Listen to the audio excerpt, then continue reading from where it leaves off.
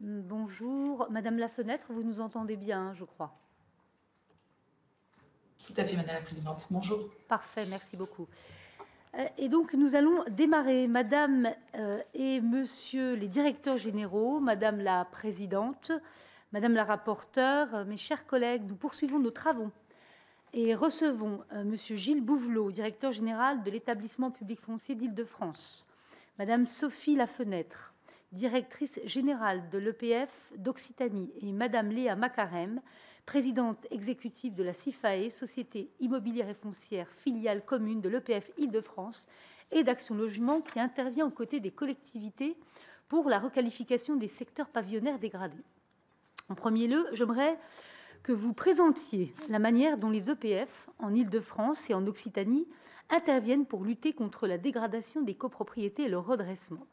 À quel moment intervenez-vous? Quelle situation trouvez-vous? Quels sont alors les remèdes mis en œuvre? Pensez-vous qu'une intervention plus précoce, fondée sur la détection en amont des difficultés, aurait pu faciliter les choses et réduire les coûts? Avez-vous des propositions à faire à ce sujet? Vous assurez la conduite de plusieurs ORCOD d'intérêt national.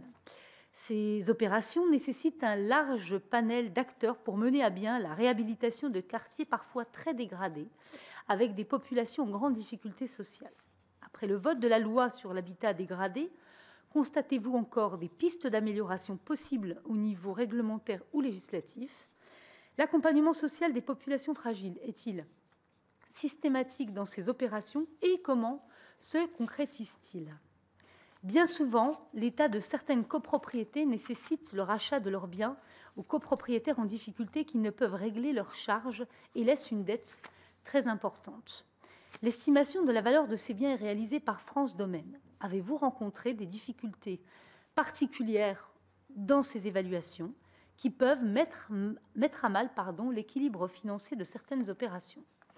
Concernant vos ressources financières, la loi que j'évoquais a ouvert la possibilité d'un déplafonnement de la TSE. Avez-vous déjà une visibilité sur les effets concrets de cette réforme sur votre capacité de financement?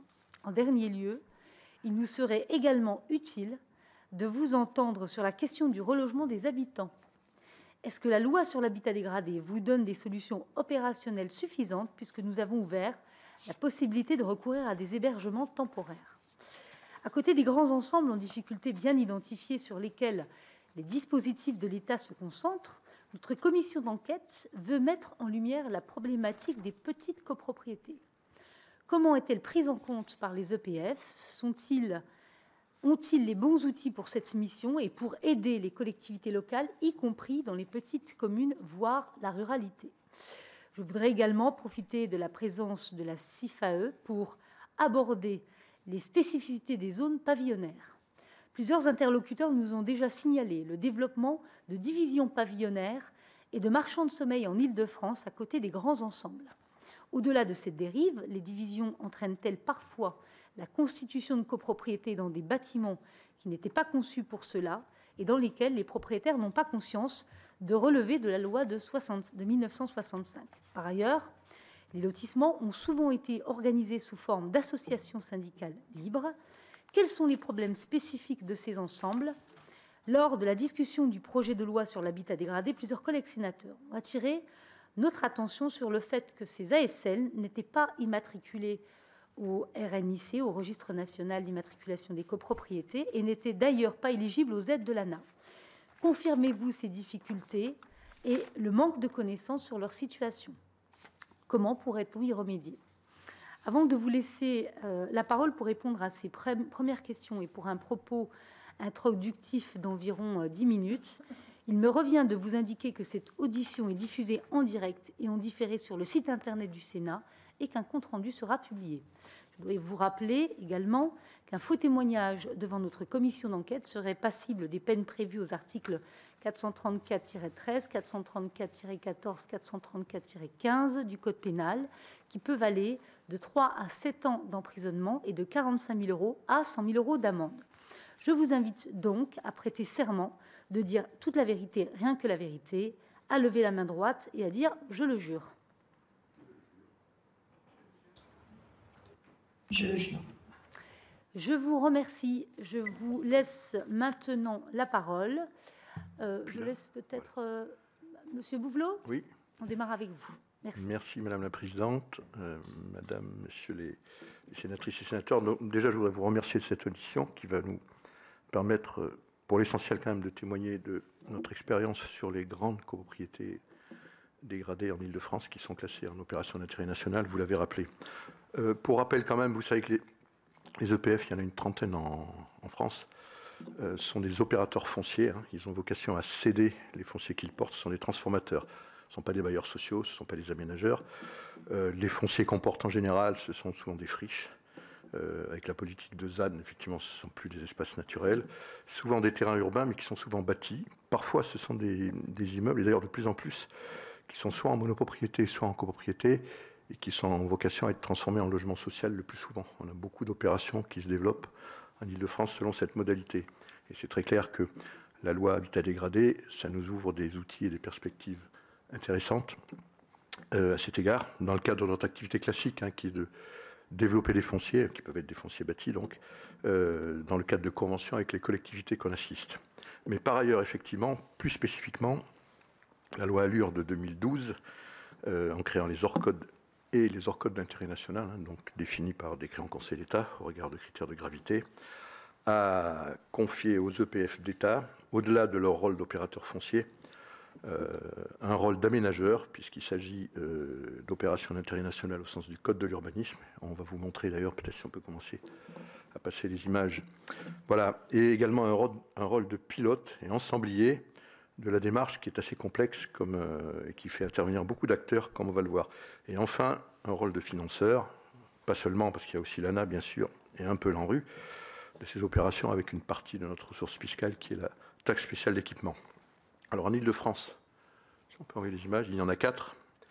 Je sais que vous avez vu les maires de Clichy et de Grigny, donc je ne vais pas, qui sont les deux plus importantes et les deux premières.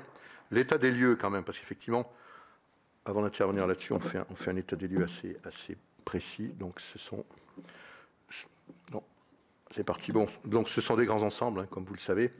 Il y a deux grands types de copropriétés en difficulté, celles des années 70, qui sont des grands ensembles, qui sont souvent assez massives, sur lesquels il y a des problèmes de sécurité, qui ne sont pas des problèmes d'insalubrité classique, et puis les petites copropriétés en cœur de ville, plus petite taille, souvent années 1900 ou autour, où là on a des sujets d'insalubrité classique, de péril, enfin, etc.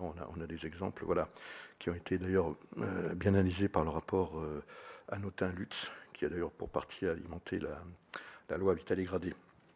Alors, évidemment, le diagnostic qu'on fait sur ces copropriétés, notamment Clichy et Grigny, un état de dégradation du bâti assez fort, beaucoup plus fort à Clichy d'ailleurs, parce qu'il avait été construit avec pas mal de malfaçons, hein, avec au moins un arrêté de péril pour question de solidité.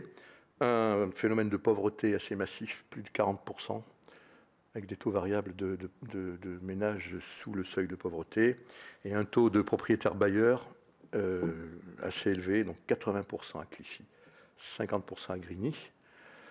Les autres étant des propriétaires. Et dans ces propriétaires bailleurs, une proportion de marchands de sommeil, c'est-à-dire de personnes qui louent 4 chambres, voilà, etc., qui était assez importante.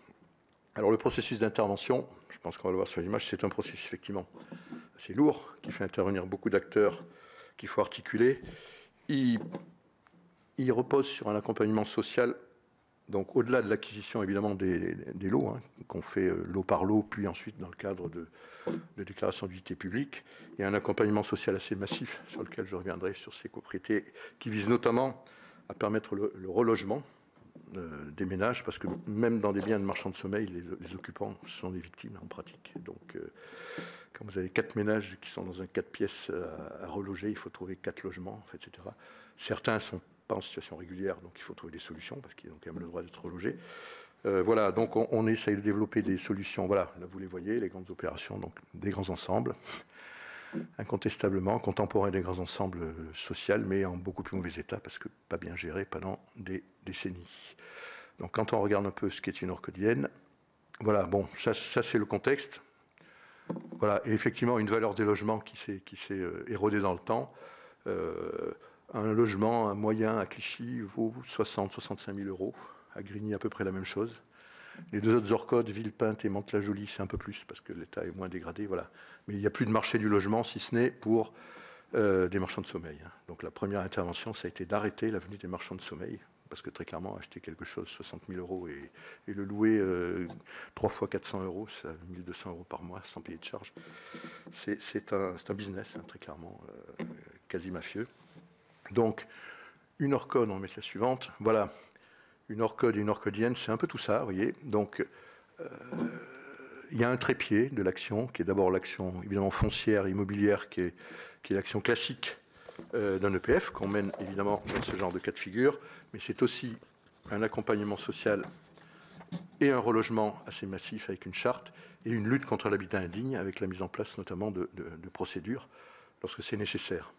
Ce sont aussi, évidemment, pour les copropriétés qui ne sont pas recyclées, des plans de sauvegarde, avec des conventions avec l'ANA, des OPA éventuellement, et c'est aussi, parce que c'est une grande opération urbaine, c'est un projet urbain, une opération d'aménagement qui s'inscrit cette fois-ci dans le cadre du NPNRU. Donc vous voyez, on joue sur tous les leviers, et avec une opération d'aménagement avec une ZAC, hein, très clairement, à Clichy et à Grigny, il y a une ZAC qui est suivie donc, par le conseil d'administration de l'EPF, c'est une OIN, et dans l'EPF est l'aménageur qui concède évidemment un aménageur Grand Paris Aménagement en l'occurrence, qui est un peu fléché par la loi. Voilà. Donc ça, c'est leur code, une convention. Et donc la gouvernance de tout ça, là aussi, c'est quelque chose d'assez complexe. Donc il y a quand même un comité de pilotage qui associe tous les acteurs, vous le voyez. Hein. Ça fait partie de vos questions, mais nous, on ne peut que se féliciter du bon partenariat avec tous ces acteurs, hein, que ce soit Action Logement, l'ANA, les collectivités, l'ARS, l'AORIF et le groupe Caisse des dépôts. Il y a un pilotage plus restreint, c'est une OIN où il y a la commune, l'État et l'EPF, donc, en tant qu'outil, et une direction de projet qui nous est confiée, donc, qui vise à articuler tous ces acteurs et toutes ces actions.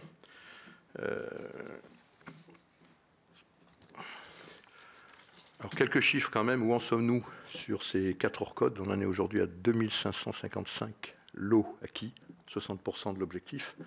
On n'achète pas tout, hein, on va vous montrer sur la suivante. Voilà, ça c'est Clichy. Le périmètre rouge, c'est celui de l'ORCOD IN.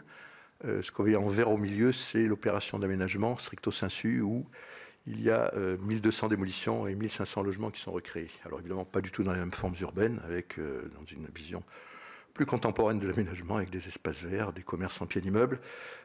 Sur les pourtours, donc, ce sont des copropriétés qui sont simplement en plan de sauvegarde, parce qu'elles ne relèvent pas d'une intervention massive, dans laquelle nous prenons, donc nous achetons tout, hein, dans la partie centrale, forcément, ça sera démoli ou ça deviendra du logement social. Sur le reste, nous prenons des positions dans les copropriétés pour aider à leur redressement, 10-15% des logements. Alors ça permet de faire deux choses. D'abord de reloger des gens qui doivent être relogés de la partie qui va de toute façon disparaître. C'est un levier de relogement et ça permet aussi de stabiliser, avec un bon copropriétaire à 15%, de stabiliser les comptes de la propriété parce que celles-là sont sauvables. Et bien évidemment, à la sortie, ces logements seront revendus. Donc c'est un peu tout ça. Vous voyez, c'est une opération qui fait... Donc aujourd'hui, on est à plus de 2500 logements acquis sur les 4. Il y a 650 ménages déjà relogés. Il y a 41 plans de sauvegarde en cours, dont 27 à Grigny. Grigny, je crois savoir que vous allez la visiter. C'était une copropriété avec 54 sous-copropriétés. Une seule copropriété pour 5000 logements. Avec des parties communes, tout était en partie commune, sinon, en particulier, vous verrez, il y a une église qui a été construite à cette époque, assez intéressante architecturalement, c'était une partie commune, l'église, donc, qui était concédée au diocèse, donc on l'a sortie pour pouvoir la vendre au diocèse, voilà. Voilà. Il y a aussi des travaux de sécurité qui sont faits immédiatement quand on prend possession, donc la sécurité s'est fait immédiatement, que ce soit en interne au logement ou en externe, à 100%, financé à 100%. Par l'opération et par l'ANA, les travaux d'aménagement et d'amélioration des logements, puisque les plans de sauvegarde conservés, donc on ne fait que sur les logements qui seront conservés, notamment l'amélioration énergétique. Aujourd'hui, on arrive à les financer presque à 100% hors taxe, donc le propriétaire, il lui restera la TVA, éventuellement les frais financiers, entre les aides de l'ANA, le plus X, dont on allait vous entendre parler, donc sur laquelle c'est le PF qui apporte le X, et le plus X, c'est l'ANA. Donc pour faire tout ça, on a créé une direction générale à l'EPFIF, quand même, vous voyez que c'est un métier qui va un peu plus loin que ce qu'on fait d'habitude. Une direction spécifique avec 4 agences qui sont sur le terrain, puisqu'il faut être sur le terrain, d'une dizaine de personnes. Et on a créé du coup aussi un centre de ressources, puisqu'en particulier à Clichy, on a quand même expérimenté à peu près tout. Centre de ressources donc, qui est dirigé par Madame Chicoteau, là, qui a bien voulu m'accompagner, qui apporte son expertise aux autres acteurs, soit nos collègues de EPF de province pour leurs ORCOD d'intérêt national, soit tout opérateur ou toute collectivité qui ont une ORCOD de droit commun à monter. Voilà. Mais bien évidemment, celle-là, nous ne les finançons pas. Et donc, le centre de ressources, il est extrêmement sollicité, à la fois pour apporter de l'expertise, ne serait-ce que des documents, des cahiers des charges, des choses comme ça, pour faire des formations et pour effectivement aller faire de rapides visites sur le terrain pour proposer des solutions, sans jouer le rôle d'un MO, bien évidemment. Alors quand même que sur l'accompagnement social, je crois que c'est un nouveau sujet. Alors on vous fera tenir en réponse à votre note des éléments très complets, bien évidemment sous huitaine, mais enfin pour les orcodines, donc les locataires sont maintenus en place jusqu'à ce que le logement soit démoli. Les propriétaires occupants, on leur laisse une liberté de choix entre vente en libre ou rester dans les lieux et donc ils se relogent ailleurs, ou rester dans les lieux en tant que locataires. On a mis en place un processus de réaccession, c'est-à-dire que les propriétaires occupants qui sont dans la partie verte que vous voyez, on leur propose, parce qu'avec 70 000 euros, ils n'achèteront pas un logement ailleurs à Clichy, donc on leur propose de pouvoir racheter un logement avec un système de location-accession qui les sécurise sur le reste, ce qu'on a acheté, au même prix, en bénéficiant des travaux qui ont été financés par la puissance publique. Donc c'est un dispositif assez intéressant qu'on expérimente, parce qu'on a des gens quand même, ils sont là dans le quartier depuis 30 ans, en plus ils assurent quand même la stabilité juridique de ce quartier et ils souhaitent y rester. Et leur seule manière d'y rester, alors soit comme locataire, hein, mais comme copropriétaire. Voilà. On met en place évidemment une mousse, une maîtrise d'œuvre urbaine et sociale assez massive, qui aide à constituer le dossier CAF, à constituer le dossier de surendettement, qui aide à mobiliser les aides du FSL, notamment de maintien dans les lieux. Il y a aussi un accompagnement des copropriétés avec des formations sur comment bien gérer une copropriété, parce qu'on s'aperçoit que les gens ne savent pas trop faire. Voilà, donc c'est une mission à grande échelle. Donc ça avance, il y a quand même quelques difficultés.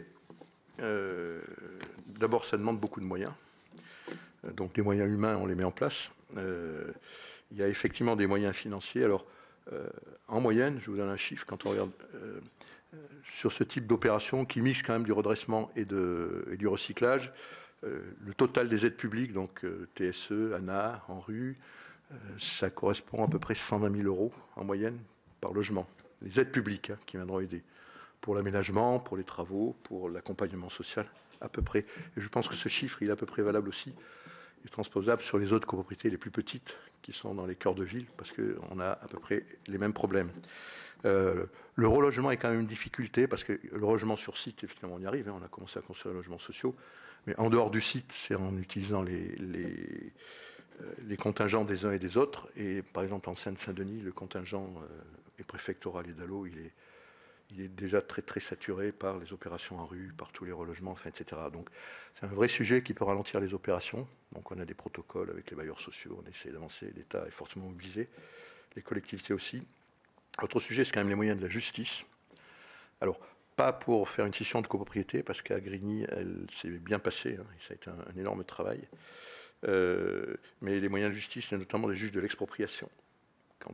C'est pareil, quand on a à la fois à traiter les expropriations de ces ORCOD, des sujets en rue, les villages olympiques et des gares du Grand Paris Express. Enfin, voilà, donc le système d'expropriation était saturé à tel point qu'il a été à un moment transporté à Paris. Voilà, on a utilisé le tribunal de Paris. Voilà, alors, donc tout ça, je pense que ma collègue Sophie Lafenêtre complétera. Est-ce que c'est transposable aussi aux petites copropriétés en cœur de ville? Alors, sur celle-là, l'intervention des EPF, elle est strictement foncière, dans le cadre d'une convention avec la collectivité, si c'est du recyclage. La loi, quand même, HD, Habitat dégradé, elle offre quand même de bons outils, notamment cette possibilité d'intervenir en amont avec une procédure de DUP et donc d'expropriation en amont avant que la situation ne se dégrade trop. Et c'est assez important. Et je pense que il faut d'abord mettre en place les outils régaliens. Alors on le fait sur ce qu'on vous a montré. Et ensuite la maîtrise publique foncière. Parce que sinon, si on le fait avant, on engraisse des marchands de sommeil en achetant très tôt, sans appliquer la loi Vivien. Et puis on se trouve de fait, la puissance publique, marchand de sommeil de fait. Il faut faire assez attention à ça. Donc il faut vraiment accompagner ça. Quand j'en avais discuté avec M. Hanotin, puisqu'on travaille dans sa commune, qui est fortement concernée, on avait bien vu ça. S'il y a du redressement, alors du portage de redressement, donc acheter des lots pour les revendre un peu plus tard, en Ile-de-France, nous on crée des filiales pour ça. On considère que ce n'est pas tout à fait notre cœur de métier, en dehors des orcodiennes, des filiales à s'associer avec des bailleurs sociaux, donc Action Logement pour les pavillons, CDC Habitat pour les copropriétés. Et surtout, ça demande une ingénierie énorme. Alors, parce que dans les 120 000 euros que j'ai indiqués, il y en a quand même un bon tiers qui sont de l'ingénierie, donc sous toute forme, notamment l'ingénierie sociale. Alors, l'ingénierie technique, et on sait que les petites communes, enfin, ou même les communes, ne sont pas forcément dotées de toute cette ingénierie. Alors, effectivement, en s'appuyant sur des outils comme les EPF ou des EPL, enfin, il n'y a pas que les EPF, ou des SEM, etc., l'ingénierie technique, disons, pour maîtriser un site, pour faire des procédures, elles l'auront, d'une manière ou d'une autre. L'ingénierie sociale, par contre, elle est finalement assez importante quand elle est faire une enquête dans des situations un peu difficiles, même sur des petites copropriétés. Ça demandera clairement des dispositifs de financement. Voilà. Alors peut-être pour répondre à vos questions largement, mais on le fera par écrit en réponse au questionnaire. Donc effectivement, la détection en amont, c'est la solution pour éviter de se retrouver à passer en opération chirurgicale. Donc il n'y a rien de mieux que la médecine du travail en amont pour ça. D'une certaine manière, c'est ce qu'on fait sur les parties qui sont pas vraiment en intérêt national. Donc la loi Habitat dégradé, effectivement, elle offre un large panel. D'ailleurs, un certain nombre de mesures sont quand même, enfin, je dois le dire, inspirées de notre expérience, notamment la scission et la prise de possession anticipée. Ça, c'est des outils qui permettent d'agir plus vite, effectivement, sans attendre, y compris d'ailleurs que le juge de l'expropriation ait statué. Voilà. Donc l'accompagnement social dans les orcodines, oui, on le fait, très clairement, c'est même assez massif, même si je pense que les fonds de solidarité logement, dans les deux départements d'ailleurs principaux, ne sont pas forcément à la hauteur des enjeux. Enfin, les orcodiennes les satureraient, donc ça peut des difficultés. Sur le rachat des biens, alors c'est des sujets, effectivement, on va sans doute parler, notamment à Grigny. Effectivement, c'est l'estimation des domaines, qui tient compte du fait que le logement soit occupé ou pas, parce qu'il faut tenir compte des frais de relogement. Il y a certains propriétaires qui avaient acheté il y a 10 ans, ça a perdu de la valeur, effectivement, le bien vaut quand même moins. Il y en a aussi qui avaient acheté beaucoup moins cher. Quand même, on se rend compte que quand on intervient, on interrompt la spirale de dégradation, y compris économique. Parce que ça fait, enfin, on regarde à Clichy, ça faisait 10 ans que ça baissait les prix. À partir du moment où on arrive, on a stabilisé la baisse. Et notamment dans les parties, et finalement, le signe de réussite, c'est ça, dans les parties qui sont conservées, un redressement, quand on constate une reprise, une légère remontée des prix immobiliers, quand ça monte de 65 à 70 000 euros, finalement, ça veut dire que les gens croient à nouveau dans le site. Et ce n'est plus les marchands de sommeil, c'est les gens qui viennent pour y habiter. Voilà. Donc le relogement, ça reste un sujet. Le relogement par des solutions temporaires, effectivement, qui sont prévues par la loi, à petite échelle, ça peut marcher. Mais à des échelles comme ça, on avait essayé, on a même cherché on avait des terrains, mais finalement, qui sont libres. On avait envisagé de la construction hors site, en fait, pour apposer. Mais finalement, ça ne répond pas suffisamment à la demande. Alors, on a eu une évacuation quand même de l'immeuble en péril, une centaine de ménages, là, ça avait été suivi par Madame Chicoteau. D'abord dans un gymnase, parce que c'était vraiment péril, il y a les pignons qui avaient des trous. Puis ensuite, on a trouvé des solutions un peu partout, y compris d'ailleurs dans effectivement des bâtiments de type, enfin pas le GECO, mais de ce type-là. Mais finalement, ce n'est pas une solution pérenne, il faut être très très clair. Voilà. Et donc sur les petites copropriétés, je pense qu'il faut avoir les mêmes démarches, simplement il faudra trouver à les financer, alors ça sera plutôt de l'ANRU, puisque voilà. Et les associations syndicales libres, alors là-dessus j'aurais du mal à répondre à votre question, je pense qu'effectivement, enfin peut-être Léa pourra le faire, les ASL de secteur pavillonnaire, voilà. Alors sinon quand même par rapport à la question, est-ce que la TSE suffit? Donc effectivement, la loi initiale avait prévu que Le montant qu'un EPF d'État pouvait mettre au maximum dans ces opérations, c'était plafonné à 5 € par habitant du territoire. En Île-de-France, ça fait donc un peu plus de 12 millions d'habitants, un peu plus de 60 millions d'euros. En Île-de-France, les administrateurs, tous confondus, ils ont bien voulu voter une TSE supplémentaire pour que ça ne soit pas prélevé sur l'activité ordinaire, qui reste quand même assez essentielle.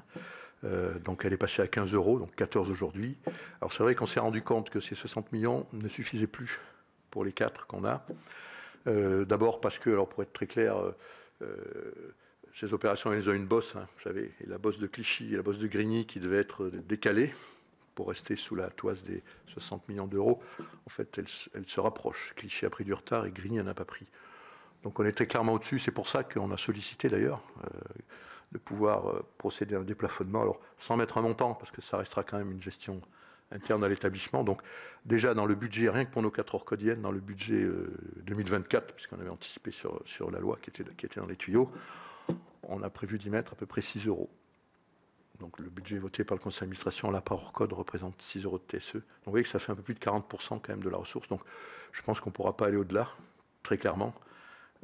Parce que sinon ça obérerait toutes les autres opérations sur les friches, y compris les cœurs de ville d'ailleurs, puisque TSE c'est pour les orcodiennes.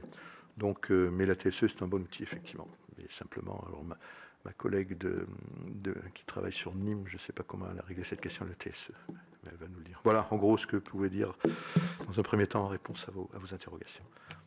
Merci beaucoup, Monsieur Bouvelot. Si vous permettez, je vais peut-être donner la parole à Sophie Lafenêtre, directrice de l'EPF d'Occitanie. Si vous m'entendez.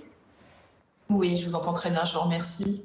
Madame la Présidente, alors, Mesdames les sénatrices, Messieurs les sénateurs, je vais compléter, mais très partiellement, ce qu'a dit mon collègue Gilles Bouvelot, tout simplement parce que nous sommes moins développés sur cette question d'action sur les copropriétés dégradées, pour 2 raisons principales. La première, c'est quelque part la taille de la région. Donc, je crois qu'on va être la 2e région de France en termes de superficie, qui fait que nous avons des territoires extrêmement très diversifiés, qu'on nous demande de travailler en tant qu'acteurs du foncier sur des thématiques très diversifiées. C'est-à-dire qu'on est très présent sur le champ économique, sur le champ risque inondation.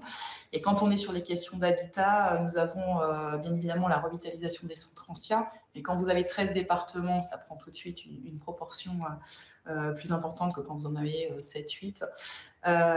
Les questions forcément SRU, les questions d'habitat spécifique, un logement des saisonniers, puisqu'on a une géographie avec du littoral, de la montagne, du très rural, du très urbain, de la métropole. Et puis les questions d'habitat dégradé qui revêtent majoritairement quand même pas forcément de la forme de copropriété. On a vraiment beaucoup d'habitat individuel ou de la monopropriété dégradée. Ce qui fait que par rapport à ça, si je reviens spécifiquement sur les questions de copropriété, nous avons 3 finalement sources de sollicitation. On a quelque part trois types d'interventions. Les premières qui sont arrivées, parce qu'aussi notre extension sur l'ensemble de la région est récente, elle date de 2018, donc ça veut dire qu'on est aussi un établissement en voie encore de développement sur l'ensemble de la partie ex-Midi-Pyrénées. Donc les premières sollicitations que nous avons eues, ça a été dans le cadre de NPNRU plutôt conséquent. On va être sur Muret dans la première couronne de Toulouse, on va être sur Montpellier, la Mosson, donc plus de 250 logements, ou sur les questions du Portal à Nîmes, dans des NPNRU où on est appelé clairement pour une mission, on va dire, assez classique et de droit commun, c'est de l'acquisition et du recyclage par démolition sur ces ensembles-là. La deuxième entrée qu'on a sur les copropriétés, qui est beaucoup plus répandue, alors c'est justement la partie des petites copropriétés, c'est tout ce qui va être traitement, soit dans la revitalisation de centres anciens de petites collectivités, soit sur des interventions sur des collectivités, des agglomérations, mais dans le cadre de hors en rue finalement sur du tissu existant plus classique. Et là, on a un volume assez conséquent et qui mobilise, moi j'insiste sur ça, toute la chaîne d'acteurs. Donc ça veut dire que ce chaînage, et la loi renforce quand même des éléments importants dans ce chaînage, est assez intéressant parce que les établissements publics fonciers, dans leur mission première, je crois que c'était une des questions également du questionnaire, nous sommes des porteurs transitoires, on est vraiment là pour accélérer la partie réalisation du projet par la maîtrise foncière ou immobilière. Après, ce qui va être la sortie, la réhabilitation ou le réaménagement, normalement, ce n'est pas de notre fait, de manière à ce qu'on se concentre vraiment sur la partie et procédurale, et négociation, et gestion de cette partie qui est quand même assez technique. Donc, sur l'ensemble, moi, c'est le plus gros de notre activité, hein, notamment dans des communes, on travaille comme ça, en Ariège, enfin, en tout cas dans toute une série de secteurs peu tendus. Dans la chaîne, il y a vraiment cette question maîtrise des polices de l'habitat. C'est comment on colle un arrêté d'insalubrité, comment une interdiction d'habiter. Après, il y a toute la partie étude qu'on va être amené à cofinancer, mais toujours dans un registre avec un maître d'ouvrage qui reste la collectivité. L'appui de l'ANA, une fois qu'on a choisi, est-ce que ça sera maintenu en copropriété ou est-ce que finalement on va le faire muter pour sortir du champ de la copropriété, être en monopropriété via un bailleur institutionnel. Voilà un petit peu tout le système qu'on doit accompagner sur ces types de copropriétés. Puis la troisième sollicitation que nous avons eue, alors qui est récente, hein, puisque la mission de préfiguration a été commandée un 24 décembre, si je me souviens bien, un 24 décembre 2018, donc un cadeau de Noël assez intéressant, ça a été l'opération d'intérêt national sur Nîmes. Donc c'est là que je dis que nous sommes moins avancés que les collègues d'Île-de-France.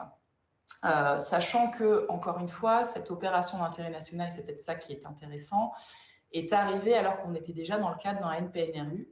Et c'est-à-dire que sur un quartier où il y avait 1600 logements environ qui étaient traités, sociaux, qui étaient traités dans le cadre du NPNRU, en fait, on s'est rendu compte, peut-être un peu tardivement, que l'autre moitié du quartier, à savoir 1600 logements, était en copropriété. Et donc, ce qui fait qu'on est arrivé en décalage par rapport au NPNRU. Et dans les questions qui se posent sur ce traitement-là, donc là, nous sommes pilotes, nous sommes aménageurs, hein, comme le PF Île-de-France. Effectivement, toutes les questions qui vont se poser, alors qui ne se posent pas encore parce que nous sommes en première phase, on va dire, acquisitive, c'est-à-dire stopper la partie marchand de sommeil entre le permis de louer et des acquisitions plafonnées avec une charte de confiance avec les domaines, vont se poser les questions, effectivement, comment on fait pour le relogement, comment on sécurise toute la partie anti-squat et comment derrière on va procéder au recyclage partiel, total de tout un ensemble, sachant que sur ces 1600 logements qui sont à traiter, vous en avez environ 700-800 qui seront en recyclage et puis le reste, on va passer par des plans de sauvegarde avec du redressement ou encore des démolitions partielles. Et c'est là que l'outil scission qui est proposé est extrêmement intéressant sur cette chose-là. Donc voilà un petit peu les trois domaines d'intervention. J'insisterai comme mon collègue sur le fait que comme ce n'était pas notre métier premier, hein, normalement nous sommes un porteur transitoire. Quand vous rentrez dans une copropriété, donc il y a les questions que vous avez soulevées, hein, relogement, accompagnement social, donc on doit gérer des gens, ce qui dans notre métier classique en général est plutôt réalisé soit par la collectivité, soit on achète plutôt vide, une fois que quelque part les locataires ont été relogés. Donc ça veut dire qu'on passe dans ce système de gestion qui a un impact en termes on va dire, gestion des personnes et des biens, et donc un impact aussi administratif extrêmement lourd, c'est-à-dire qu'on change un peu de métier sur notre gestion patrimoniale et locative, alors que nous ne sommes pas structurés comme un bailleur social pour justement gérer des rentrées locatives. Donc ça donne lieu à la mise en place quand même de toute une série de mandats de gestion et de collaboration, encore une fois, avec d'autres partenaires. Ça peut être CDC Habitat, ça peut être des bailleurs sociaux, de manière à nous aider sur cette partie gestion.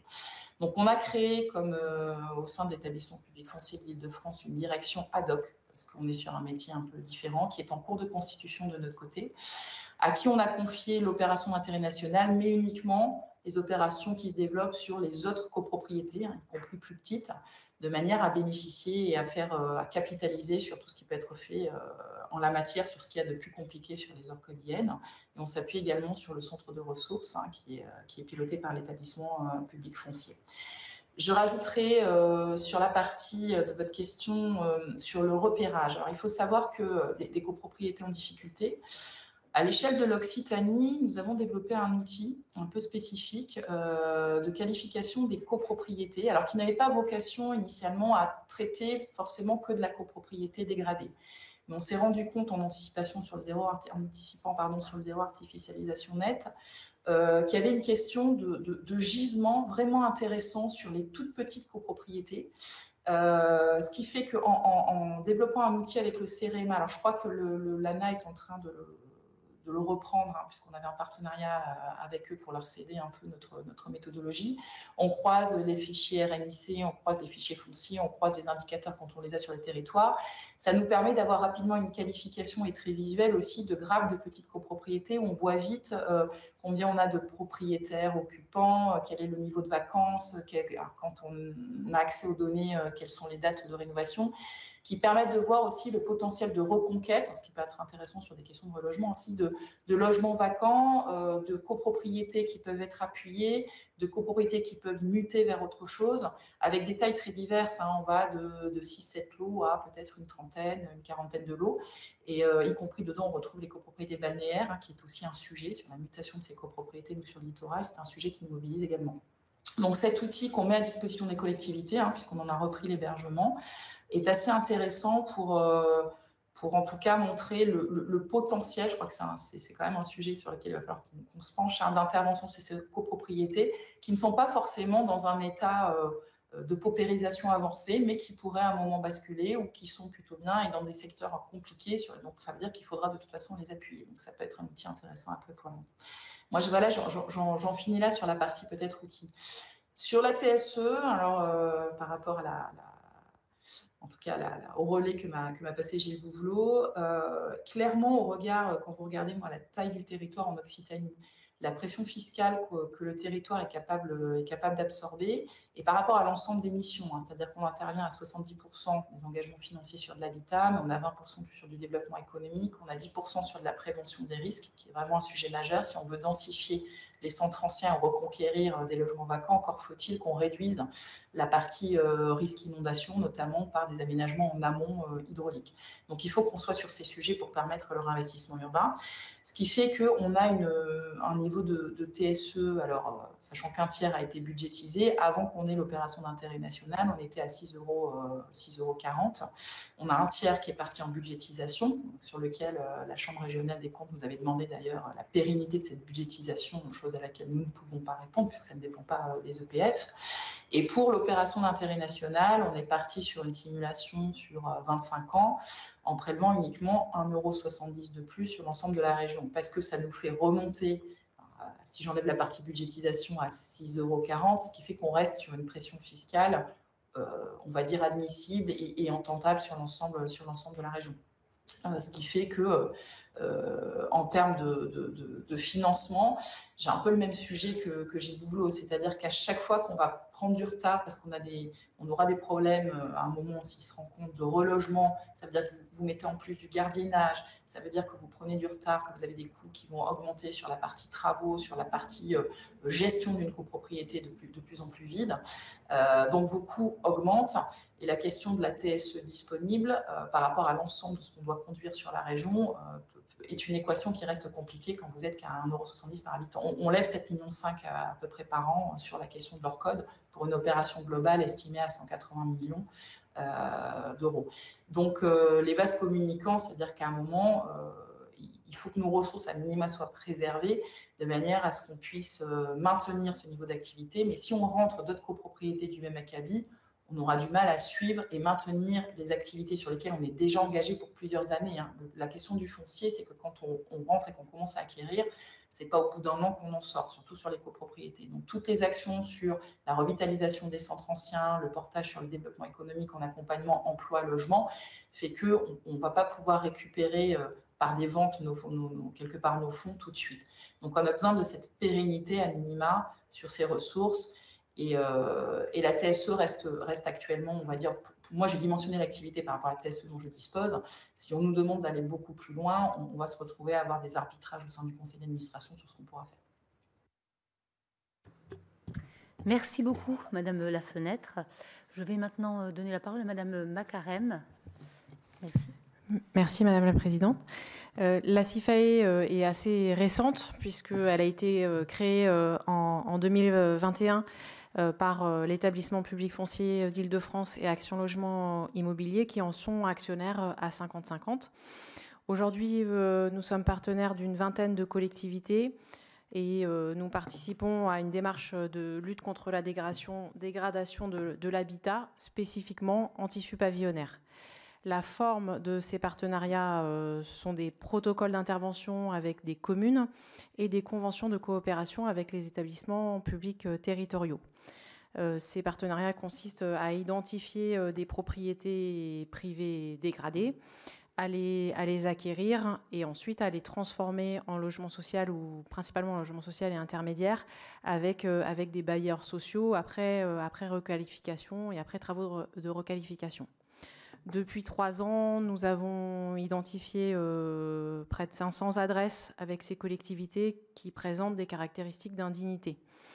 Cette première étape permet de faire émerger une vraie problématique dans ces tissus qui sont finalement jusque-là assez peu connus et en tout cas rarement pris en compte dans les études urbaines et dans les diagnostics sur l'habitat. Donc pourtant, les communes avec lesquelles nous travaillons commencent à bien prendre la mesure de ce phénomène et à en payer le prix. Et nous-mêmes, nous en faisons le constat assez quotidiennement. Donc certains quartiers pavillonnaires se paupérisent et on constate une dégradation de l'habitat, une baisse des valeurs à la revente également sur certains quartiers, et puis le départ de propriétaires occupants au profit de propriétaires bailleurs, voire de marchands de sommeil. Et justement, les communes qui sont confrontées à cette problématique, ce sont celles qui ont beaucoup investi sur leurs copropriétés dégradées, les grands quartiers d'habitats sociaux ou des centres anciens dégradés. Et même s'il est assez difficile de décrypter les raisons de ce mécanisme de report, on le constate. Et finalement, ces quartiers sont en quelque sorte l'angle mort des politiques de la ville. On dispose finalement d'assez peu de chiffres pour mesurer l'importance de cette paupérisation sur les tissus pavillonnaires. Si on prend les références du diagnostic régional francilien réalisé par la DRIL en 2019, il y aurait potentiellement 1000 maisons potentiellement indignes sur les EPT les plus touchés, ce qui représenterait entre 4000 et 5000 propriétés privées potentiellement indignes qui présenteraient ces caractéristiques. Donc c'est une dimension quand même non négligeable pour ce problème qui est encore mal identifié. Et l'enjeu, il est avant tout préventif. Donc comment effectivement enrayer le phénomène pour éviter que ces quartiers pavillonnaires deviennent les copropriétés dégradées de demain. Surtout que ces divisions qui génèrent du mal logement en locatif génèrent aussi des petites copropriétés qui vivent assez mal, et c'est sans doute les pires situations lorsque ces pavillons sont vendus à la découpe. Donc le risque, c'est que dans quelques années, en plus du sujet technique et financier, se pose le sujet du relogement avec notamment des cas de suroccupation. Donc la réponse que peut proposer la CIFAE, elle est avant tout en préventif. Donc elle répond en partie au problème, puisqu'elle permet de traiter des biens dégradés qui ont été transformés par leurs propriétaires avec des logements effectivement qui ont été aménagés dans les sous-sols, dans les caves et avec des divisions et donc qui sortent du marché classique de l'accession et qui ne peuvent plus finalement être rachetés que par des bailleurs privés, voire des marchands de sommeil. L'objectif aussi de la démarche, c'est de faire venir dans ces quartiers qui sont quasiment 100% privés des bailleurs sociaux qui vont venir apporter des investissements assez considérables pour requalifier ces logements et puis créer une nouvelle offre de logements abordables. Aujourd'hui, nous avons acquis ou nous sommes en train d'acquérir 66 pavillons en Île-de-France qui deviendront à terme environ 150 logements après les travaux de requalification. Donc ça répond en partie au problème, mais on pense que sur certaines communes, ça ne sera pas suffisant pour enrayer le phénomène. Les moyens humains et financiers pour réaliser un traitement curatif ne peuvent relever et reposer entièrement sur les collectivités. Et peut-être que sur certains aspects, les quartiers pavillonnaires sont encore plus complexes, en tout cas sur certains aspects, que les copropriétés, parce que les collectivités font face à une multitude de propriétaires différents, et il n'y a pas cet intermédiaire ou cet interlocuteur référent comme il peut y avoir quand on a un syndic ou une association de représentants locataires, ou un gestionnaire. Et puis, le relevé des propriétés à traiter est assez compliqué à faire, car de fait, c'est de l'habitat assez disparate, avec des différences d'âge de bâti, d'état du bâti, de typologie, ce qui fait qu'on ne peut faire effectivement que du cas par cas pour se relever de propriétés à traiter. Et puis enfin, faire venir des bailleurs sociaux est peut-être encore plus compliqué aussi, parce que ce sont des opérations qui sont coûteuses. Sur certaines opérations, on dépasse les 4 000 € pour les bailleurs sociaux, acquisition plus travaux.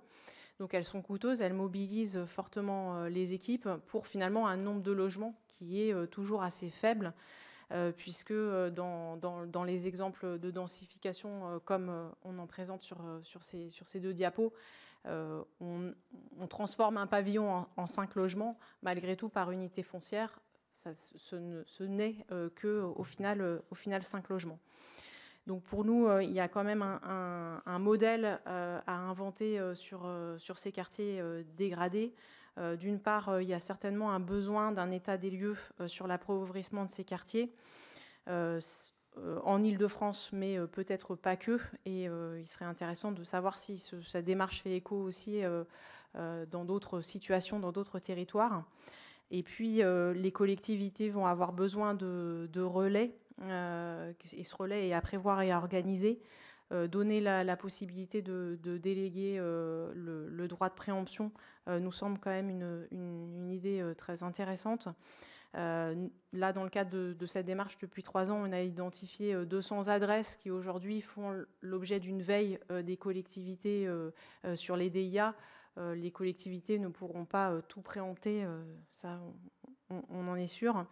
Et puis enfin, la prise en compte dans les réflexions générales autour des quartiers pavillonnaires, qui représentent effectivement 20% de la métropole, et que cette réflexion puisse être faite aussi sous l'angle de la lutte contre l'habitat indigne, et qu'on puisse mettre en œuvre des opérations d'ensemble. C'est un petit peu ce qui manque voilà, sur ces quartiers pavillonnaires, de pouvoir coordonner les actions de ces différents acteurs, tant curatifs avec les collectivités que sur des sorties d'habitat indigne, en tout cas pour enrayer le phénomène de paupérisation sur les quartiers qui en ont besoin. Peut-être juste sur la question de France Domaine. Globalement, effectivement, les références sont plutôt très, très, très justes. Néanmoins, peut-être sur la question spécifique du pavillonnaire, nous, on constate des décotes pour les travaux en fonction de l'état des biens qui sont souvent sous-évalués, donc avec des références souvent de l'ordre de 500 jusqu'à 800 € par mètre carré pour des travaux, alors que nous, on est plutôt sur des estimations entre 1 700 € et 2 000 € pour traiter ce type d'habitat par mètre carré. Et puis la question des surfaces, et c'est un petit peu ce qui illustre peut-être ces diapos, avec donc 2 pavillons qu'on a acquis sur la commune d'Aubervilliers auprès d'un marchand de sommeil qui étaient des pavillons dortoirs. Et puis vous voyez en rouge, on coupe en fait toutes les surfaces qui présentaient soit de l'impropre à l'habitation, soit des hauteurs sous plafond insuffisantes, et qu'il va falloir démolir finalement, en tout cas restructurer lourdement pour retrouver des vraies surfaces habitables sur ces pavillons-là. C'est peut-être compliqué voilà, pour France Domaine d'évaluer ces surfaces qui pourtant existent, que les propriétaires entendent céder en tant que surface valorisable, et qui pourtant, de par leur configuration avec ces hauteurs sous plafond ou ces logements très très exigus, ne peuvent pas être comptés de la même manière que les surfaces réellement habitables. Et ensuite, le coût de la démolition des annexes ou du curage de ces annexes qui sont aménagées en logement n'est jamais pris en compte dans ces valorisations, et pourtant elle représente ensuite une charge pour l'opérateur qui va venir curer ces surfaces. Donc peut-être qu'une directive concernant les règles de calcul pourrait permettre d'homogénéiser les pratiques et de faire en sorte qu'on ait des références qui soient voilà, plus homogènes d'un territoire à l'autre. Sur la question des petites copropriétés, donc nous, le modèle SIFAE n'a pas été imaginé pour acheter des lots de copropriétés. Donc finalement, ces petites copropriétés anti-pavillonnaires, on en a connaissance, et effectivement, toutes les collectivités avec lesquelles on travaille nous ont remonté ce sujet des petites copropriétés. Donc même si on n'en a pas acheté directement, on sait que c'est un sujet. Et assez ponctuellement, en fait, ils ont été traités au coup par coup, par un portage directement des collectivités et un rachat des lots au fur et à mesure par les collectivités, et par des reventes ensuite à des bailleurs. Donc encore une fois, il n'y a que finalement les bailleurs qui peuvent racheter ensuite ce type de biens qui sont assez coûteux au traitement et en termes de travaux.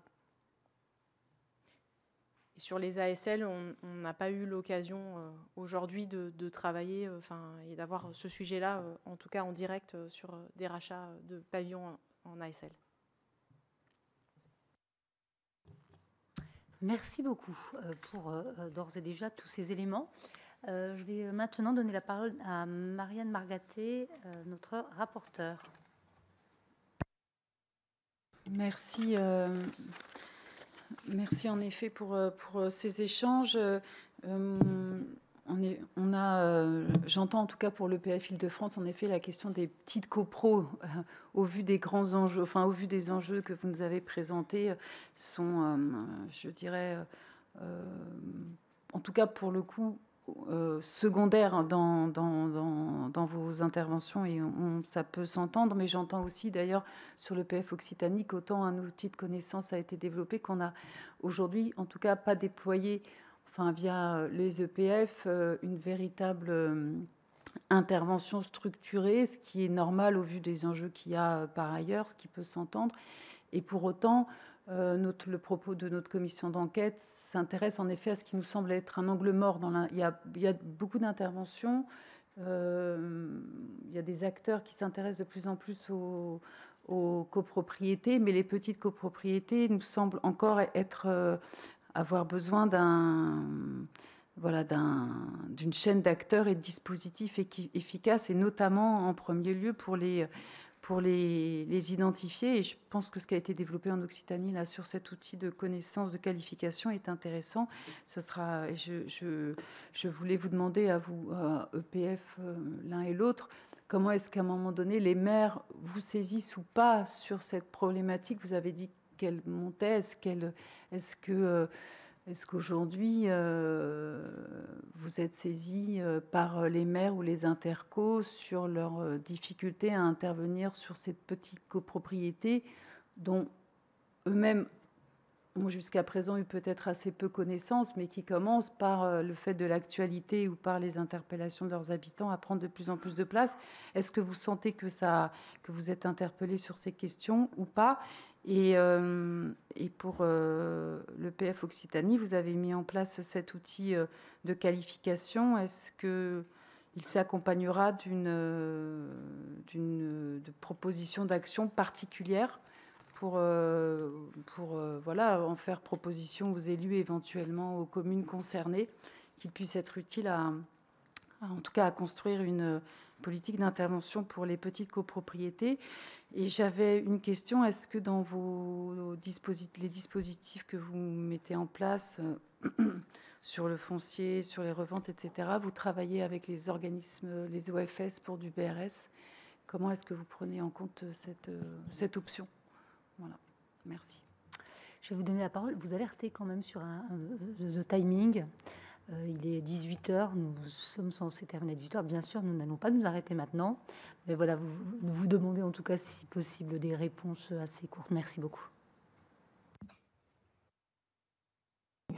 Donc, très brièvement, oui.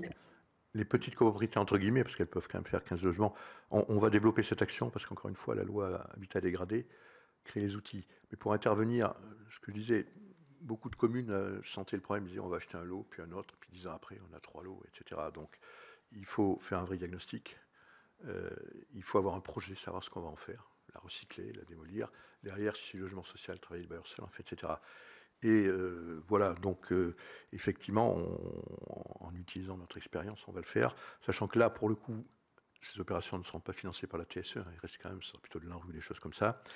Quant à les identifier, alors effectivement, c'est pas simple. Alors, plein de communes, quand même, Mathieu Hanotin a fait un travail assez important pour identifier les sujets. Je crois que il y a des agences d'urbanisme qui commencent à mettre en place des outils pour ce qui est d'Île-de-France, hein, notamment la PUR, identifier les copropriétés en début de difficulté. Voilà. Nous, à l'EPF, on pas ce genre d'études, par contre, on cofinance des études stratégiques pour toutes les intercommunalités passées à ce niveau. Aujourd'hui, c'est plutôt des études sur l'évolution des zones d'activité économique ou sur des études de PLH, mais c'est vrai que c'est une des thématiques qu'on pourrait cofinancer, à condition que la collectivité, en gros l'intercommunalité, hein, l'EPT la porte. Alors on les cofinance à 50%, on met à peu près 1 million d'euros par an à cofinancer des études avec des intercos stratégiques qui nous permettent après d'alimenter nos actions opérationnelles, puisque pour nous c'est non seulement un rôle de service public en quelque sorte quand même, mais aussi c'est un outil de développement de notre activité. Voilà, quant aux offices fonciers solidaires, oui, on cède quand même de plus en plus de fonciers aux OFS. On avait envisagé d'en créer un en filiale, comme certains de nos collègues, mais en fait, il y en a 8 en Ile-de-France, donc 4 qui fonctionnent très très bien, voilà, enfin, les autres aussi, mais 4 qui... Donc pour nous, c'est plutôt des partenaires en aval, donc effectivement, il y a pas mal d'opérations maintenant qui sont mixtes. Alors, on a des règles, loi SRU, il faut une proportion de logements sociaux selon la situation de la commune, et de plus en plus, le logement social, c'est 40% de nos cessions. L'accession sociale type BRS ou autre, c'est 10-15 et c'est en train de croître. Et le logement intermédiaire, ça augmente aussi. Voilà. Donc oui, c'est une des réponses sur le panel. On fait bénéficier d'ailleurs les opérations BRS de la minoration, parce qu'on pratique une minoration pour le logement social. Donc ça aide vraiment ces opérations. Ça permet surtout d'avoir un loyer, une redevance payée par les propriétaires locataires qui soit faible. L'aide, elle est plutôt pour ça, pour contrôler les loyers. Merci beaucoup. Madame Macarem, et puis je passe ensuite la parole à Madame Lafenêtre. Sur le BRS, effectivement, nous, on a étudié, je pense, plus de la moitié de ce qu'on a acheté avec des OFS en BRS. Malheureusement, on n'en a fait qu'un aujourd'hui. Et c'est dommage, effectivement, puisque ce montage, je pense, correspondrait très bien à l'objectif de faire revenir et de garantir de la présence de propriétaires occupants sur ces quartiers. Maintenant, le coût des opérations fait que on arrive finalement que assez rarement à être sur des prix ensuite des prix de sortie qui sont en écart, qui sont inférieurs au prix de marché. Donc, pour des questions financières, ça n'a pas fonctionné. Madame Lafenêtre. Oui, alors complément en 4 points, parce que la question posée est vraiment stratégique. La question des petites copropriétés, en fait, on en faisait déjà et on continue à en faire beaucoup, mais quelque part, un peu comme Jourdain, sans forcément le savoir. C'est-à-dire que ça dépend de ce que vous voulez en faire à la fin. On intervient beaucoup sur des copropriétés qu'on sort du statut de la copropriété, notamment dans les secteurs non tendus. Donc, ce qui fait qu'on ne se posait pas la question, on ne traitait pas ça comme une copropriété. L'acquisition de 2-3 lots, quand vous avez un propriétaire finalement qui en a déjà 2, donc ça se passait assez vite. Là, le changement de braquet, c'est quand on se pose, et ce qu'a posé Gilles Bouvelot, c'est qu'est-ce qu'on va faire de la copropriété? Elle reste en statut de copropriété ou pas? Et si elle reste en statut de copropriété, là, on sait un peu moins faire.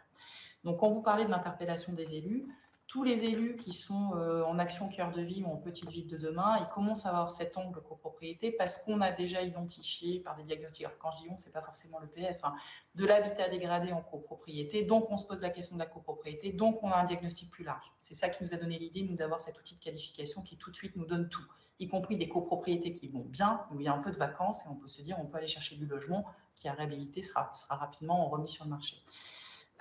Pour moi, l'angle mort, c'est un peu dans les PLH, c'est-à-dire que la question de la copropriété dans les plans locaux de l'habitat, c'est pas non plus le premier angle d'attaque.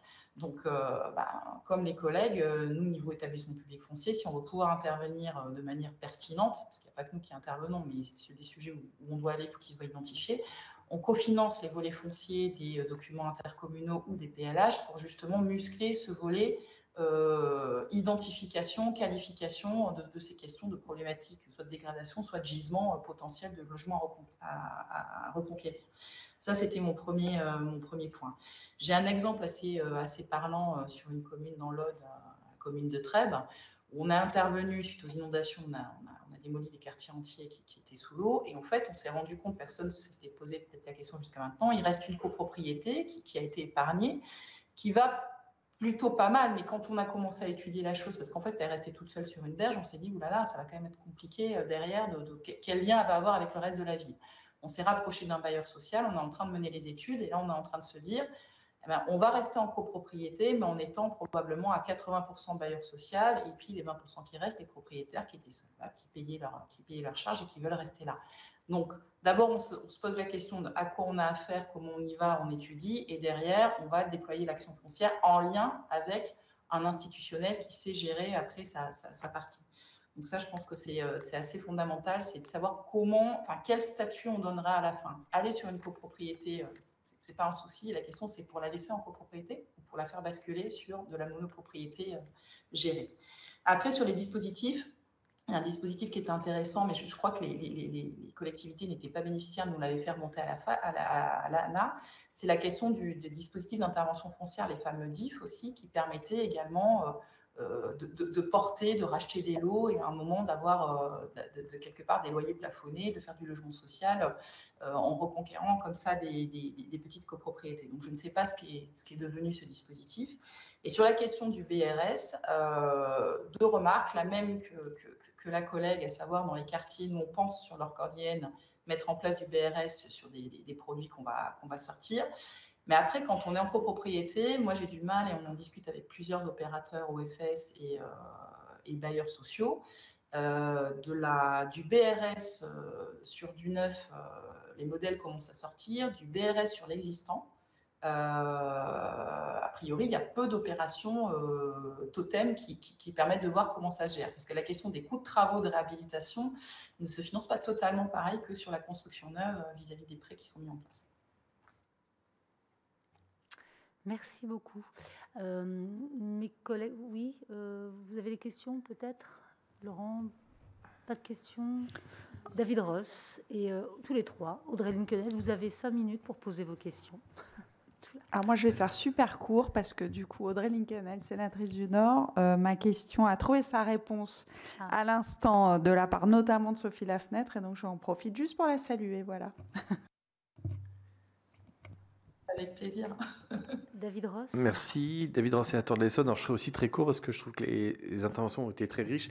Moi, j'avais juste une question vis-à-vis des établissements publics, parce qu'on a vu qu'il y avait de l'ingénierie qui était assez lourde, beaucoup de RH mobilisés.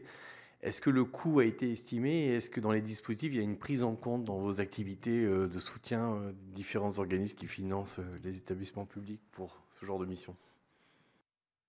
Je vais proposer à Laurent Burgois de poser peut-être sa question maintenant. Puis on oui, merci, Madame la Présidente. Merci. Moi, à mon tour aussi, bien sûr, rapidement de saluer Sophie Lafenêtre, avec qui nous avons bien travaillé il y a quelques mois ensemble sur Nîmes, sur des projets qu'elle a évoqués. Moi, la question que j'ai à poser aux deux directeurs de PF, c'est: avez-vous besoin d'autres outils juridiques pour être plus efficient et pour être plus efficace, j'allais dire, et plus rapide par rapport, j'allais dire, à la paupérisation des copropriétés?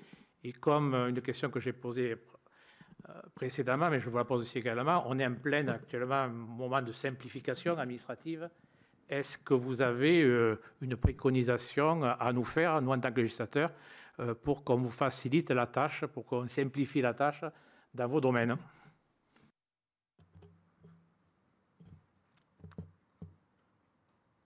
Madame Lafenêtre, on va commencer par vous pour changer.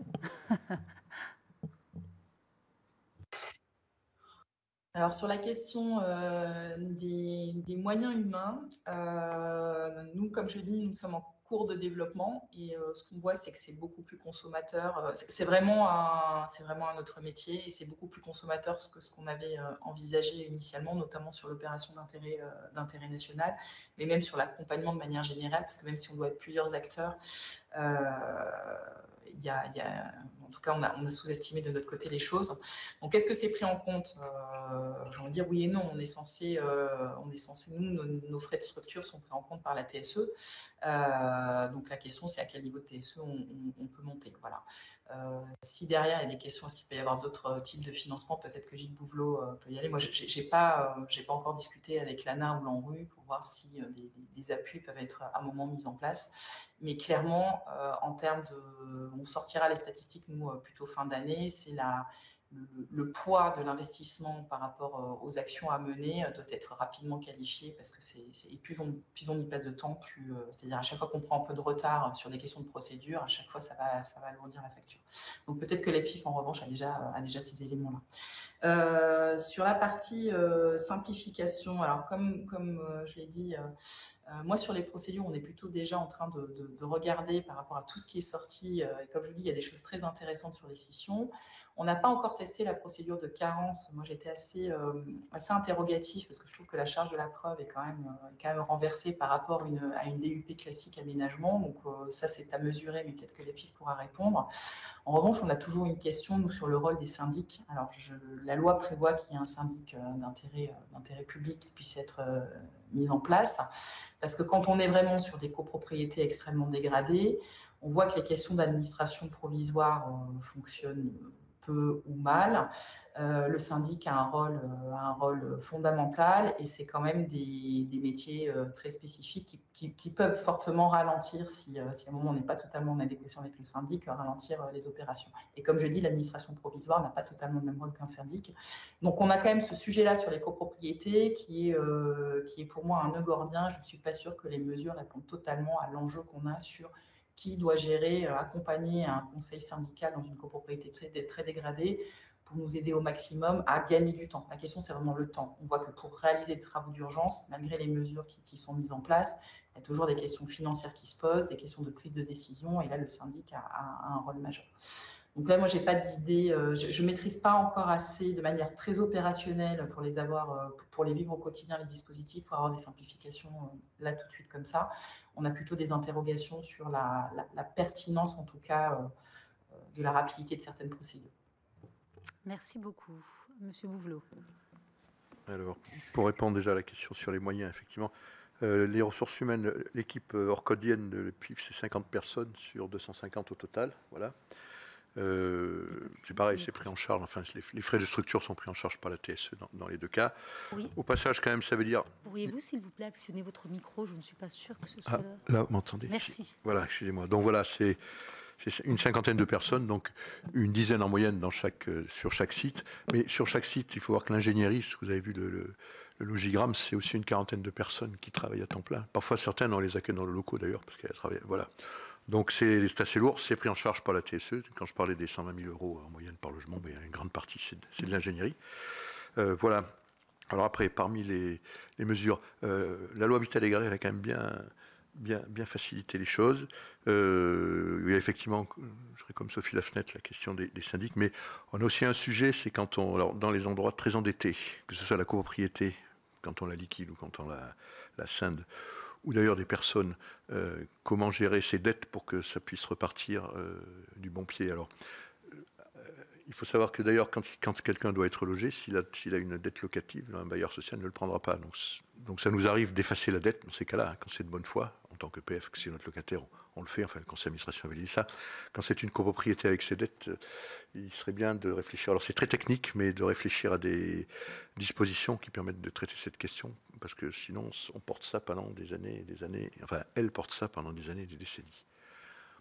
Les dettes des copropriétés finissantes, voilà. Et ça va se développer de plus en plus, faut être clair. Tout à fait. Merci beaucoup. Madame Macarène, des choses à ajouter peut-être ou pas?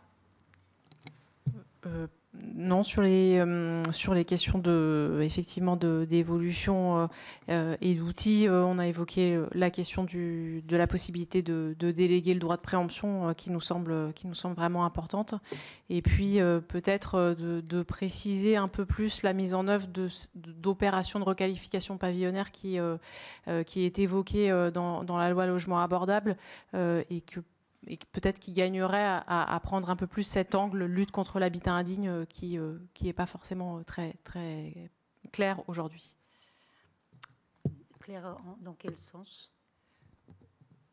Dans le projet de loi, effectivement... Oui, mais quand vous dites que la notion n'est pas très claire, vous voulez dire dans la définition? Oui, si effectivement ça va répondre à cet enjeu de lutte contre l'habitat indigne et que ça ne soit pas juste sur l'angle densification pavillonnaire, mais que ça puisse effectivement permettre d'avoir sans doute plus d'outils un peu coercitifs vis-à-vis des propriétaires type marchands de sommeil. Puisqu'aujourd'hui, effectivement, à part la préemption, il y a peu d'outils et surtout quand on est face à des propriétaires qui savent très bien contourner ou ralentir les procédures de lutte contre l'habitat indigne classique. Merci beaucoup pour ces précisions. Bien, écoutez, merci beaucoup pour vos contributions. Merci pour vos réponses succinctes et rapides à la fin. Je vous remercie encore une fois de vous être adaptés. Et juste, en tout cas, je précise toujours, nos travaux se termineront au 31 juillet. Donc, d'ici là, un rapport sera publié voilà, sur le sujet de la paupérisation des copropriétés. Merci encore. Merci, au revoir. Oui, au revoir, Madame la Fenêtre. Merci beaucoup. Au revoir à tous. Merci encore.